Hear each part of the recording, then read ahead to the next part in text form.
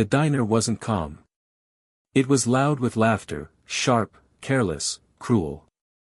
At the corner booth, wealthy college kids mocked a quiet young waitress struggling under too many plates. A foot shot out. Glass shattered. She froze, burning with shame. Then the door opened. A mechanic in worn boots stepped inside with his daughter. And he didn't look away. Before we dive in, drop a comment with where you're watching from, and don't forget to subscribe for more stories like this. Let's begin. Snow came down in thin, sharp sheets, the kind that made the city feel louder, tires hissing on slush, sirens smearing into the night, people moving fast with their heads down like kindness was another bill they couldn't afford. Caleb Morgan didn't have that luxury. He was 34, hands permanently rough from engine bays and cold steel, and he'd learned that when you were raising a kid alone, you didn't get to walk past things just because they were inconvenient. His 7-year-old daughter, Lucy, sat in the passenger seat of his old pickup, legs tucked under her like a sparrow on a wire, watching the snow swirl around the streetlights. "Are we getting pancakes?" she asked, voice bright even though her cheeks were pink from the heater that never quite worked right. "Yeah," Caleb said. "The kind that taste like somebody actually wanted you to have a good day." Lucy grinned and hugged the stuffed rabbit she took everywhere, the one with a crooked ear and a stitched-up belly. Caleb glanced at her, and something in his chest loosened. Most days he moved like a man carrying invisible weight, bills, grief, the memory of his wife's laugh that still haunted the quiet rooms of their apartment. But Lucy could still pull light out of him. She always did. He parked outside a roadside diner wedged between a closed laundromat and a liquor store that glowed like a warning. The sign over the diner flickered, missing 2 letters, so it read, Harvey's Dinar. Caleb had eaten there 100 times after late shifts. It wasn't fancy, but it was warm. And warm mattered. He pushed the door open, the bell above it chiming, and the smell hit him immediately: coffee, bacon, syrup, and that faint bleach scent of a place that tried hard to stay clean despite the world tracking itself in every day. The booths were crowded. A few night shift workers. A cab driver. A tired nurse with her hair in a bun. And at the corner table near the window, a group of college kids dressed like winter was a theme, not a reality: designer coats, expensive sneakers, laughter that carried too far. Lucy slipped her hand into Caleb's automatically. "Daddy," she whispered, nodding toward the corner. Caleb followed her gaze. A young waitress stood there, balancing too many plates, shoulders slightly hunched as if she expected the room to hit her. Her name tag read Hannah. She looked like she couldn't be older than her mid-20s, brown hair pulled into a messy ponytail, eyes tired in a quiet way that didn't look like busy shift tired. It looked like life tired. One of the boys at the corner table, blonde, smug, cheeks flushed from arrogance, leaned back and stretched his foot out. Caleb saw it happen in a single clean frame, like the world briefly decided to be cruel in slow motion. Hannah's shoe caught the foot. Plates tilted. Glass shattered across the icy-tiled floor. The sound cut through the diner like a slap.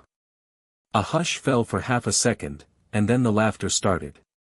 "Oh my God," one of the girls squealed, phone already raised. "This is priceless." Hannah froze, face burning, breathing too fast. The manager, an older man with a tired mustache, took one step forward, then stopped, eyes darting like he was calculating the cost of confronting people with money. The blonde kid tapped the edge of the table with a fork like he owned the place. "Pick it up," he said, too loud. "Careful, don't miss a spot." Hannah dropped to her knees. Not because she wanted to. Because she'd learned that in places like this, you cleaned the mess before someone blamed you for it existing. She reached toward the shards with bare hands.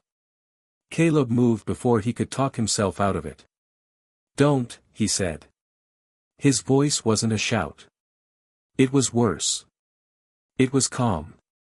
Every head turned. Hannah looked up, eyes wide, startled like she hadn't expected anyone to notice she was human. Caleb stepped closer and crouched beside her. He pulled a rag from his jacket pocket, one he used at the shop, and gently swept the shards into it, keeping his hands between her skin and the glass. "You'll cut yourself," he murmured, low enough for only her to hear. Her lips parted, but no words came. Just a shaky breath. Behind them, the blonde kid chuckled. "Ah. The grease monkey's her hero." Caleb stood. Lucy stayed tight at his side, watching, her small fingers gripping his like a promise. Caleb turned toward the table of kids. He didn't glare like he wanted a fight. He looked at them the way a mechanic looks at a stripped bolt, patient, unimpressed, already deciding how to fix the problem. "You think that's funny?" he asked. The blonde kid waved a black card like it was a weapon. "Relax. I could buy your whole life." Caleb's expression didn't change.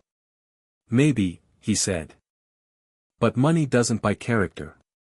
And it definitely doesn't buy the right to humiliate someone who's just trying to work." The diner felt frozen, like even the coffee stopped steaming. Lucy's voice broke the silence, small, clear, honest. "Daddy," she said softly, "they're being mean." Caleb looked down at her, then back at the table. "Yeah," he said. "They are." He turned fully toward Lucy, using the moment the way he always did, turning life into a lesson because he didn't have anyone else helping him raise her. "When you see someone being mean, what do?" he asked. Lucy swallowed, then lifted her chin. "You say, stop." Her voice wobbled, but she held it. "And you help." Something moved in Hannah's face, like that sentence cracked a wall she'd been hiding behind. Caleb nodded. "You hear that?" he said, looking at the college kids. "That's a 7-year-old. And she knows more about being a decent person than you do." The blonde kid's smirk faltered. One of the girls lowered her phone. The manager finally found his spine and strode over. "That's enough," he snapped, pointing at the table. "Out. Now." The college kids protested, but the room had shifted. A few patrons stared them down. The nurse with the bun didn't blink once. The cab driver muttered, "About time." Chairs scraped. The group got up, still trying to pretend they were the victims, but their laughter had died on the floor with the broken glass. As they passed Caleb, the blonde kid leaned in, voice low, poisonous. "You don't know who you just messed with," he whispered. "And you definitely don't know who she is." Caleb's jaw tightened. Hannah heard it too. Her face went pale so fast it was like someone drained the color out of her. She backed up a step, eyes flicking to the door, to the windows, to the snow outside as if she was suddenly afraid of what waited beyond the warmth. Caleb noticed. And in that instant, he understood the real problem wasn't the broken dishes. It was the way Hannah looked like she was running from something that could follow her anywhere, even into a crowded diner on a winter night. Lucy tugged Caleb's sleeve. "Can she sit with us?" she whispered. "She looks sad." Caleb looked at Hannah, shaking hands, forced composure, that fragile dignity people wore when they had no other armor. He nodded once, making a decision he didn't yet understand. "Yeah," he said gently. "If she wants to." Hannah hesitated, eyes wet, then gave the smallest nod. And as she slid into the booth across from Caleb and Lucy, snow tapping the windows like impatient fingers, Caleb had no idea that this simple act, one table, one moment of respect, was about to drag him into a world where cruelty didn't come from kids with phones.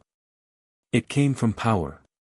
And power didn't like being told to stop. For a few minutes, the diner remembered how to breathe. The college kids were gone, the door still swinging slightly from the draft they'd left behind. Someone turned the jukebox back up, soft old rock that sounded like it had been playing in this place since before Caleb was born. The manager apologized to Hannah in a rushed, embarrassed way, then disappeared behind the counter like he didn't want to face what he'd almost allowed. Hannah sat stiffly across from Caleb and Lucy, hands folded so tightly her knuckles were white. She kept glancing toward the front windows, where the snow thickened into a curtain. It wasn't the weather she was watching. It was the street. Caleb slid the laminated menu toward her. You don't have to go back out there yet. Get warm first. I'm fine, she whispered automatically. Lucy leaned forward, chin on her hands. You're not fine. Your eyes are doing the shiny thing. Hannah blinked hard, startled, then let out a shaky laugh that didn't fully become a laugh. Caleb's mouth twitched. Lucy's pretty good at noticing people. Lucy nodded like it was her job. Daddy says feelings are like check engine lights. If you ignore them, things break worse. That earned a real smile from Hannah, small, but real. That's, actually a good way to put it. Caleb signaled a waitress from the other side of the room, older, heavier set, the kind of woman who'd survived life by outworking it. Coffee. Hot chocolate. And pancakes for the kid. And for you? The waitress asked Hannah. Hannah hesitated. Her eyes flicked to Caleb like she was asking permission to accept kindness. Whatever you want, Caleb said, as if it shouldn't even be a question. Blueberry pancakes, she murmured, then looked down quickly, ashamed of wanting something sweet. They ate in a quiet rhythm. Lucy talked, about school, about her rabbit, about the very dramatic snowman they planned to build in the morning. Caleb mostly listened, but he kept his attention half on Hannah, noticing details, the faint scar near her wrist that looked like it came from a long-ago accident, the way she reacted every time the bell above the door chimed, the careful way she avoided talking about herself. When Caleb finally asked, gently, so, how long you been working here? Hannah's fork paused midair. Not long, she said. A few weeks. Lucy's eyes widened. Then you're new. That means people should be extra nice. Hannah's throat bobbed. You'd think. Caleb didn't press. He'd learned that people shared when they were ready, not when you demanded it. He'd also learned that forcing the truth out of someone too soon could make them run. But he couldn't shake the memory of what the blonde kid had whispered. You definitely don't know who she is. Hannah's hands shook again as she lifted her mug. She tried to hide it by taking a sip. Caleb lowered his voice. Those kids, they said something that bothered you. Hannah's eyes snapped up. Caleb held her gaze calmly. No judgment. No interrogation. Just a door left open. Outside, a car passed slowly, headlights crawling across the windows like searching eyes. Hannah flinched so hard her coffee sloshed. Caleb's shoulders tightened. You're scared. Hannah swallowed, then nodded once, barely. They recognized me, she whispered. Lucy frowned. From where? Do you go to their school? Hannah's lips trembled. No, sweetheart. Not school. Caleb saw the way she chose her words, careful as stepping over broken glass. Who are they? Hannah's gaze went distant. Their families, they're connected. Old money.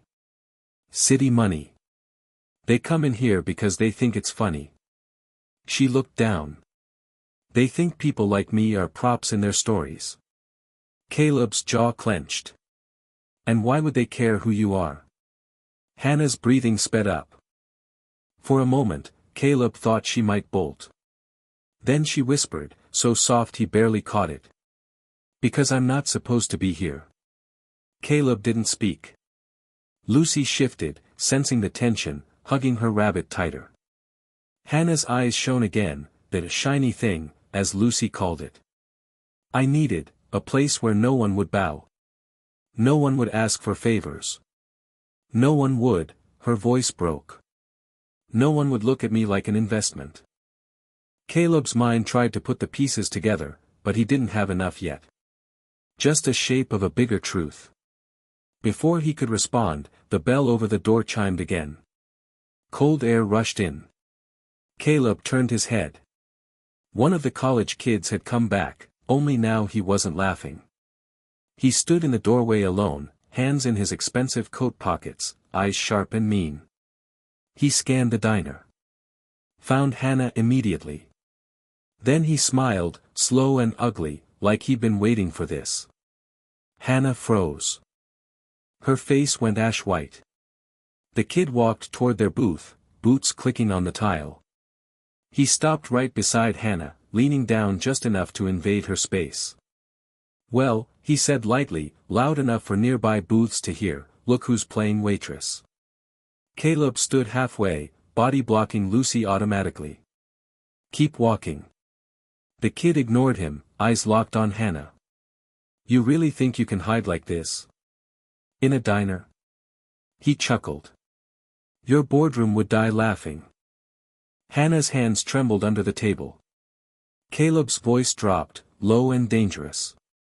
"Last warning." The kid finally looked at Caleb, amused. "You're still here?" His gaze flicked to Lucy.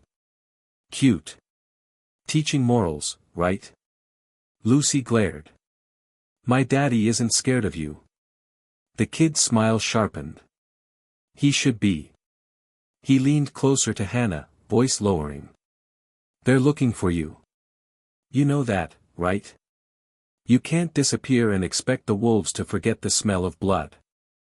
Hannah squeezed her eyes shut like she was trying to block out the words. Caleb's fists clenched. The kid straightened up, satisfied. "Tell her," he said to Caleb, like Caleb was irrelevant. "Tell her what happens when people like her stop playing their role." Caleb stepped forward, and the kid finally moved back, just enough to avoid getting hit, but not enough to stop smirking. As he turned to leave, he tossed one last line over his shoulder. "They'll come for her. And when they do, they'll ruin whoever's standing next to her." The bell chimed again as he left. For a long moment, no one spoke. Even the jukebox seemed quieter. Hannah stared at the table, breathing shallow. Lucy reached across and touched Hannah's sleeve with careful, gentle fingers. "It's okay," Lucy whispered. "We're nice people." Hannah looked at Lucy, and something in her expression cracked, fear, grief, maybe relief. Caleb sat back down slowly, heart pounding. He didn't know who Hannah really was. But he knew two things with absolute certainty. Someone powerful was hunting her, and he'd already chosen a side the moment he stood up in that diner. Outside, the snow fell harder, covering footprints, hiding evidence, muffling the city like it wanted secrets to stay buried. Caleb stared at the door the kid had exited through. And for the first time in a long time, he felt that old familiar pressure in his chest, the warning sign that trouble wasn't just nearby. It had already stepped into his life and taken a seat. Caleb barely slept that night. Lucy had fallen asleep curled against him on the couch, the TV flickering some cartoon neither of them watched. Snow tapped against the windows of their small apartment, and every sound outside, sirens, engines, distant voices, felt sharper than usual, like the city was clearing its throat before saying something important. Hannah's face kept replaying in his mind. The way fear had hollowed her eyes. The way she'd said, "I'm not supposed to be here." By morning, the streets were buried under fresh snow, plows carving gray channels through white silence. Caleb dropped Lucy off at school, reminding her, twice, to keep her gloves on. She hugged him hard before running inside. "Be brave today," she said seriously. Caleb smiled. "You too." At the auto shop, the cold clung to everything, metal, breath, thoughts. Caleb was halfway under a lifted sedan when he heard the low hum of an engine that didn't belong on that block. It wasn't loud. It was smooth. Expensive. He slid out, wiping his hands on a rag. A black SUV idled outside the shop, paint spotless despite the slush. The driver's door opened first. Then the back. A woman stepped out. For half a second, Caleb didn't recognize her. The coat was tailored, charcoal wool with a clean cut that spoke of boardrooms, not break rooms. Her hair was down now, glossy, styled with care. She wore gloves, leather, fitted. She looked untouchable. Then she met his eyes. "Hannah?" he asked. She exhaled like she'd been holding her breath since the night before. "Yes." "And, no." Caleb glanced instinctively at the street, at the SUV, at the driver who pretended not to listen. "You okay?" She nodded. "I had to come. I didn't want to explain everything last night, not with your daughter there." He motioned toward the small office at the back of the shop. "Come inside. It's warmer." Inside, she removed her gloves slowly, like this version of herself wasn't fully settled yet. "My real name is Madeline Carter," she said quietly. "And I own Carter Group." Caleb's brow furrowed. He knew the name. Everyone did. Real estate, logistics, half the skyline. A company people talked about like weather, too big to fight, impossible to avoid. "You're joking," he said. "I wish I were." She told him everything in pieces, like handing over sharp objects one at a time. Her father. His sudden death 2 years ago. The board that smiled in meetings and sharpened knives behind her back. The advisors who told her grief was a weakness, kindness a liability. The constant pressure to perform, to dominate, to be colder. "I started wearing this mask," she said. "The CEO. The heir. And I hated who I was becoming. So she disappeared. She took a fake name. A simple job. A place where no one wanted anything from her except clean tables and hot coffee. For the first time in years," she said, voice low, "people looked through me instead of at my balance sheet. It felt honest." Caleb crossed his arms. "Until they recognized you." "Yes." The college kids weren't random. Their parents had investments tangled deep inside Carter Group. They'd seen her face in business magazines, charity galas. When she didn't play along, when she vanished, it offended them. "Disobedience," Madeline said. "That's what they call it." Caleb leaned against the workbench, anger simmering. "So they humiliated you to remind you who you're supposed to be." She nodded. "And to warn me." Silence settled between them, thick and heavy. "Why come here?"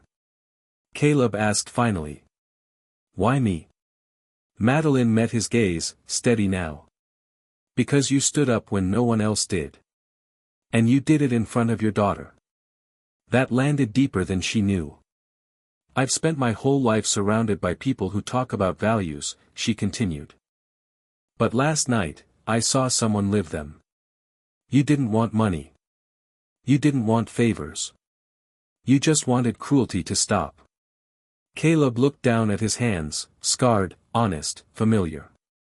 "That's just how I was raised. That's exactly why I need you." She reached into her coat and pulled out a simple card. No gold. No flourish. Just a name and a number. "I don't want to offer you charity," she said. "I want to offer you a choice. Come work with me. Help me rebuild my company the way it should have been run from the start. With people who don't look away." Caleb stared at the card. His life flashed through his mind, late nights, overdue bills, Lucy's growing shoes, the quiet fear of staying exactly where he was forever. "And the people threatening you?" he asked.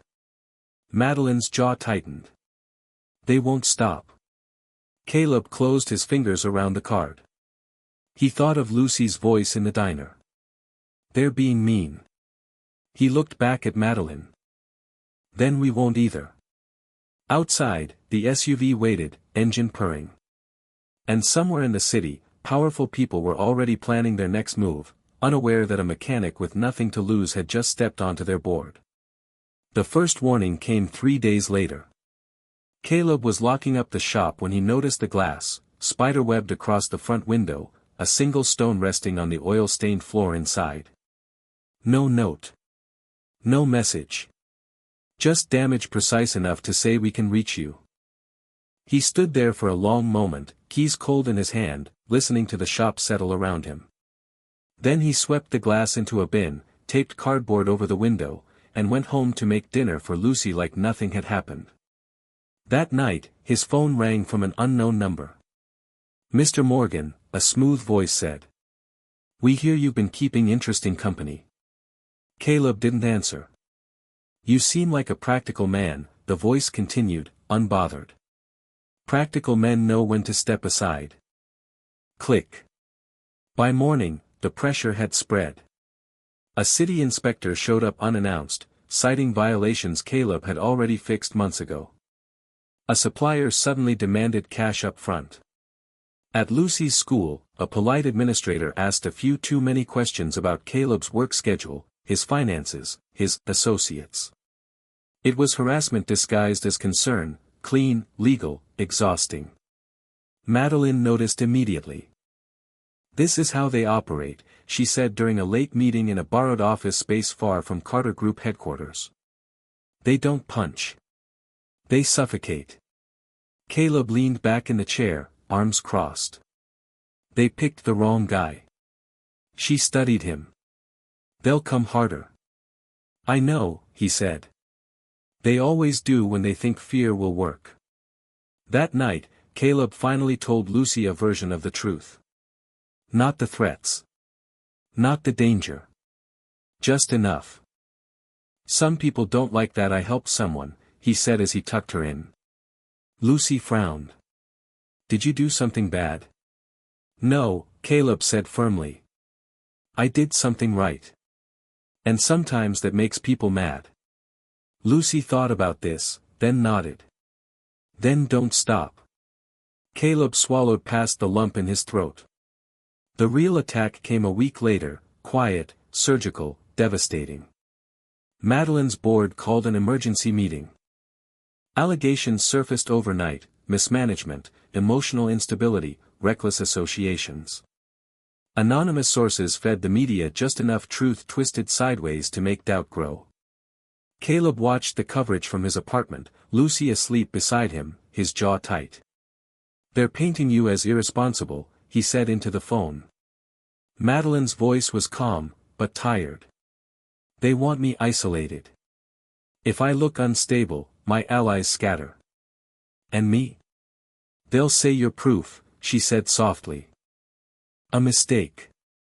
Caleb stared at the dark window, his reflection layered over the city lights.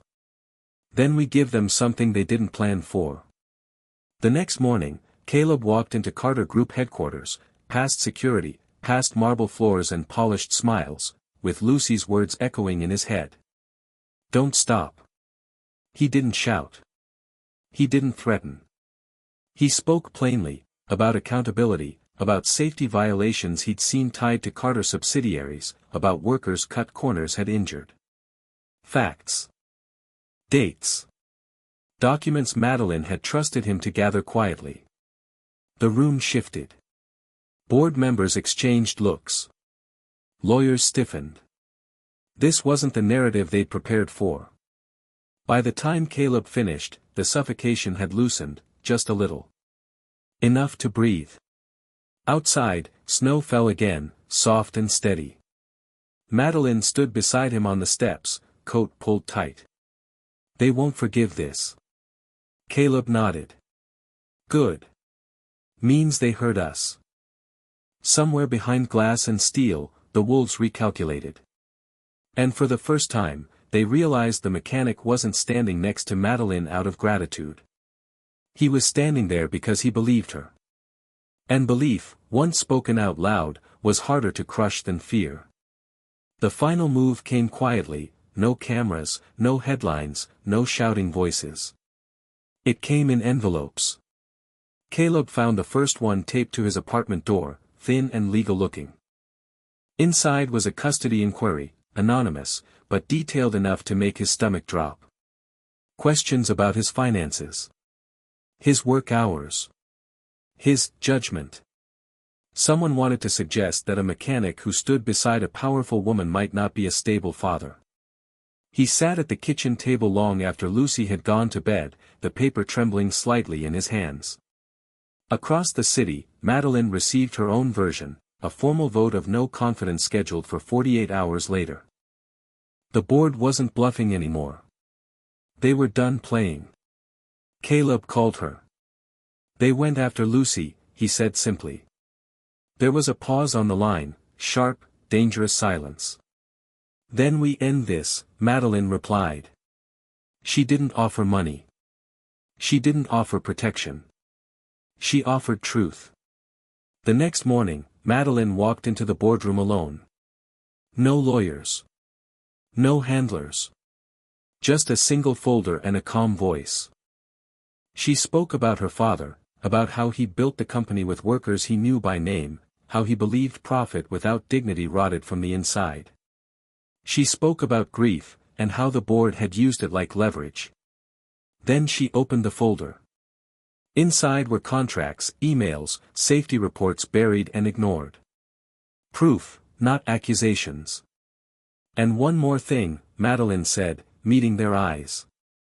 The man you tried to destroy, the one you called a liability, was the only person in this city who treated me like a human being when I stopped pretending to be powerful. The vote never happened.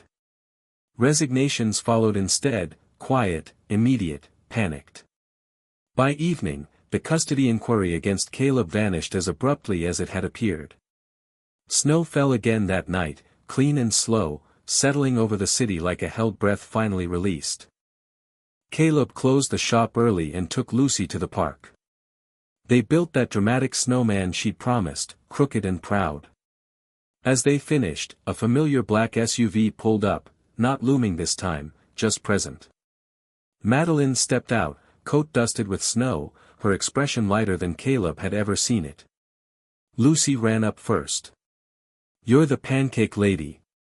Madeline laughed, a real laugh, and knelt to Lucy's level. "I am. And you were very brave." Lucy considered this. "Daddy says brave means doing the right thing even when you're scared." Madeline looked up at Caleb, eyes shining. "She's right."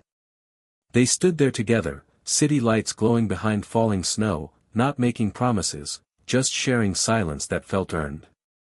Later, after Lucy went inside, Madeline handed Caleb the same card he'd folded and unfolded 100 times. "Whether you join me or not," she said, "I wanted you to know, what you did mattered. You reminded me who I was before fear taught me to hide." Caleb looked at the card, then at the snowman through the window, leaning slightly but still standing. "I don't know what the future looks like," he said. Madeline nodded. "Neither do I." Caleb smiled, quiet and certain. "But I know what I want Lucy to learn from it." He met Madeline's gaze.